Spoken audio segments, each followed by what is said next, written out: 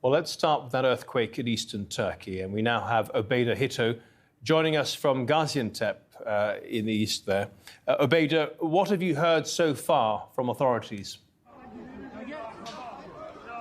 What we know is that at least 4 people have been killed in the earthquake. There are also several buildings that have collapsed, and people are trapped in those buildings. These are residential buildings. Several of them are said to be multiple-story buildings, 4 to 5-story buildings. We're about 500 kilometers away from Elazığ, near the Syrian-Turkish border, and we actually felt the earthquake shake this building. I'm on the 4th floor of this hotel, and it shook for about 30 seconds. This is a 6.8 magnitude earthquake. The last time an earthquake hit Elazığ was in 2010, and that was a 6.1 magnitude earthquake, and around 42 people are reportedly killed in that earthquake. Right now, there are only 4 deaths confirmed. AFAD, the emergency response organization for Turkey, is responding to the scene. The teams for that organization have been mobilized in the region. We're going to get some more information as rescue workers report to the site and try and get people out from underneath the rubble and check on the damage that has happened in Elazığ. We're waiting for that information to come in.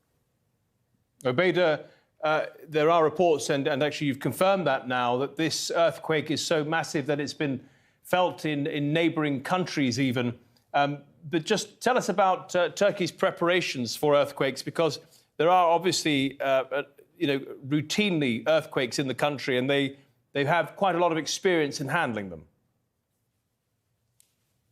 Well, in Turkey, there are several tectonic plates, major tectonic plates.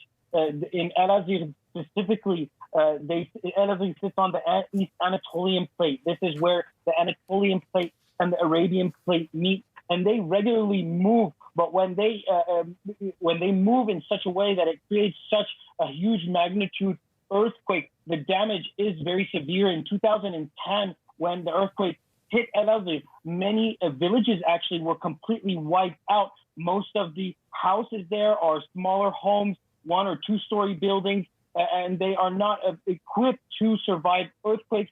Turkey has been going through a restructuring, you could say, all around the country, trying to prepare buildings and prepare the communities to be able to respond to these kinds of natural disasters.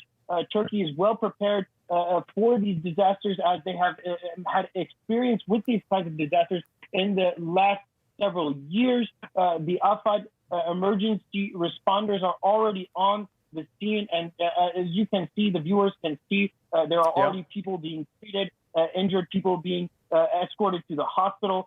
So I hope that they will be able to reach everybody before it's too late. There are people still trapped under some of these buildings, so they will be working hard through the night to make sure they get them out safely. Obeda, it is quite incredible, the response there. But some of these areas are presumably very remote and difficult to get to. Yeah, these places are not so densely populated areas. These are generally rural areas. Elazığ is in far eastern Turkey. It's a very kind of mountainous area. The rural farming communities in these places. So the infrastructure is already old. It's already needing a kind of renovation so that it can withstand these kinds of heavy magnitude earthquakes. And as you can see from the pictures, the devastation there, the destruction is really incredible. The entire building has collapsed, and people are going to be concerned that another even larger earthquake may come. There were several aftershocks that happened after the large earthquake happened, 5.5 magnitude aftershock, and then after that, 3.3 magnitude aftershock, and they're expecting more aftershocks to come. And this is a concern that all Turkish people have.